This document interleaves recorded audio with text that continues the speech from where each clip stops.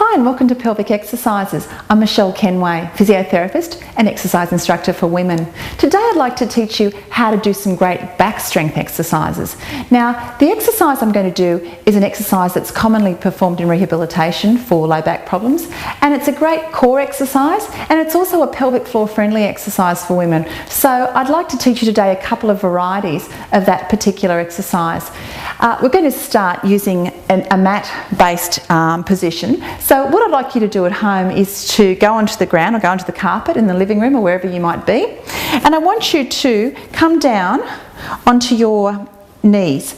Now remember, if you have pre-existing back pain, you always be careful before you do any back exercises, and of course if you're returning to exercise, if you haven't exercised before, or if you're returning from an injury, you always get approval from your doctor before you start exercising.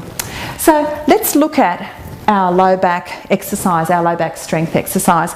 We're going to start on our hands and knees. So what I'd like you to do is come forward so that your hands are directly underneath your shoulders and that your knees are underneath your hips. You have the normal curve in your back, and you might need to check that side onto a mirror. If your back is arched up or too far slumped down, again, not a good position for this type of an exercise. So I want you to keep that normal curve in your back. Now, what we're going to start with is taking one leg out behind. So that leg coming out behind your body in that position. I just might add, if you are someone with sacroiliac joint pain, that means you've got pain in one side of your buttock, and you might have been diagnosed with that by your physiotherapist or your chiropractor. Make sure that you don't start with the leg raise exercises. Just stick to the arm exercises until you have approval to do so with the leg exercises. Okay, so in that nice position, elbows are soft. Take your left leg out behind your body, keeping your hips facing the ground and your shoulders are back and down. Now with this exercise, what you do is you slowly engage your tummy muscles just gently. That means your lower abdomen just pulling on a little bit. As you do so, I want you then to raise your leg slowly up and lower it down slowly, just touching your toe to the ground, and lift again. Lifting up, keeping your hips to the ground and back down. Can you see that my back leg isn't raising higher than my bottom? So always keep that heel lower than your bottom or at bottom height. Don't go any higher because you'll risk hurting your back if you do so. So you're lifting and lowering. Again, keeping the hips facing the ground, keeping your chin tucked in and keeping your elbows soft. So we're just lifting and lowering slowly. Let's do a couple more repetitions on that side. So we're just starting with the beginner's version, lifting and lowering and relax and stretch back. Just giving your back a break. Okay, let's make that exercise now a little bit more difficult. So coming up, a little bit more challenging if you're ready for it. So again, knees slightly apart, hands underneath your shoulders, take your left leg out behind. This time, I want you to extend your right arm. And you would just be doing the arm exercise, as I said before, if you have SIJ problems.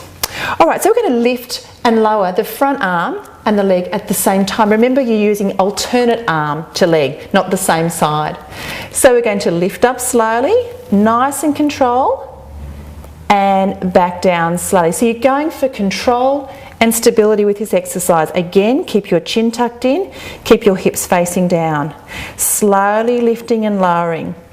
And seeing if you can work through to 8 to 10 repetitions in a row, keeping that exercise nice and stable, lifting and lowering. Let's do a couple more, just slow and steady, lift and lower. See if you can keep your tummy muscles on gently. You'll feel your low back working gently and your bottom working gently. And down, and one more time, lifting and lowering. And once again, take a break and slide back. Just stretching out your back gently, bottom down towards your heels. All right, and slowly come up. So that's your first couple of levels of that exercise. So we've done one side. At home, ideally, what you would be then doing is repeating the exercise on the other side. But I'd like to show you some more progressions on that exercise just to increase the challenge a little bit. The first exercise I would like to show you, the first way of increasing that challenge, is using a Duradisc. Now, a Duradisc or a wobble board is a great way of increasing or improving your core control. So it challenges your balance a little bit, and the muscles, your stabilising muscles, have to work a little bit harder to control your trunk and control your back. So it's a nice way of progressing this exercise. If you take the disc down, and you place it under your right knee. So pop it under the right knee. Knee goes in the middle of the disc. Take the left leg out behind. And once again, you can start off at base level with that little lift and lower of the back leg. And then you can progress the same exercise to lifting the arm in front. And then to add to the challenge even further, you can then lift that front foot off the ground, and it becomes quite a challenging core exercise. So that's really making me work hard there in that exercise. So that's some ways you can actually use the disc, and obviously then you'd repeat that on the other side so that you're getting your low back strong and rehabilitating your back muscles in a pelvic floor friendly way. The final exercise I'd like to show you, or the final variation, is with a fit ball.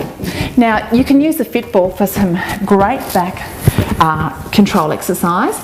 And what you'll need to do is put the ball, so not too large a ball, so a ball that you make sure you can reach the ground when you go over the top of the ball. So I'm coming forward over the ball, and I'm making sure I can reach the ground with my hands and my legs at the same time.